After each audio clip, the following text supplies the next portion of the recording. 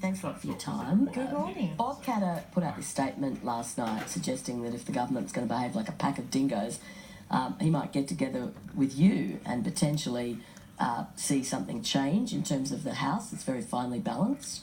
What was your reaction to that statement?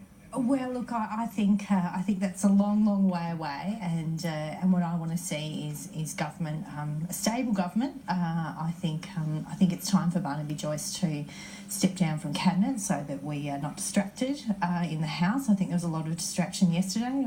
Half of question time was divided to gags and then suspension of standing orders, and I think we have a lot to do. And really, when you look at it, we don't have a lot of time left in this sitting year.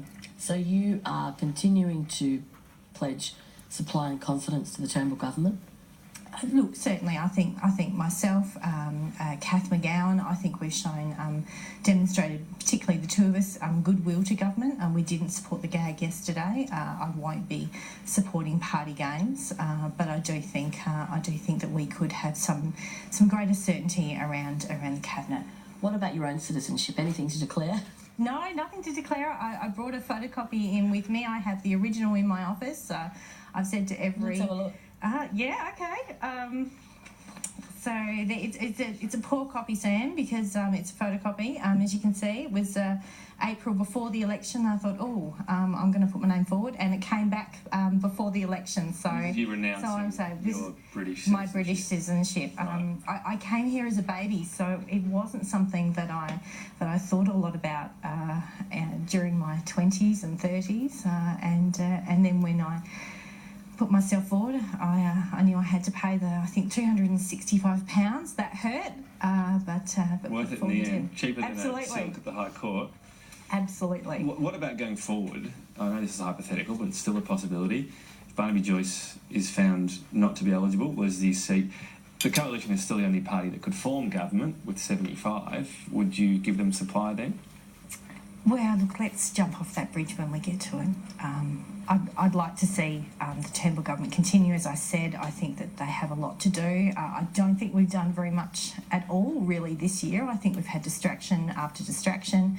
Last week we had a lot of distractions with a possible private members' bill in relation to marriage equality, and then a stepping back from that. So I think that the Australian community actually wants us to do things on things that matter to them. You want to get on with it? Energy prices, the cost of living, seeing their kids get a good job. They're the things that the Australian community cares about. What about that energy supplement then?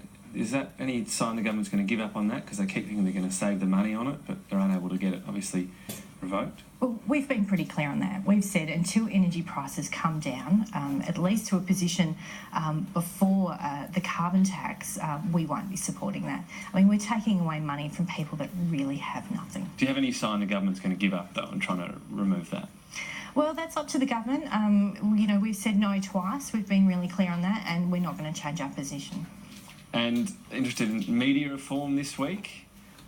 Inching closer or not so much? Look, media reform has certainly been something that Sterling Griff and Nick Xenophon have taken the lead on. I've been, obviously, just before we went on the break, my bucket was education reform and now higher education reform. That's something, again, that our party is still working very closely on the details.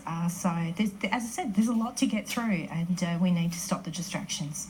To that end, then, just finally, is there a thought that, you can rule out not giving the government supply, because otherwise, if all the others don't as well, you've got another election coming up?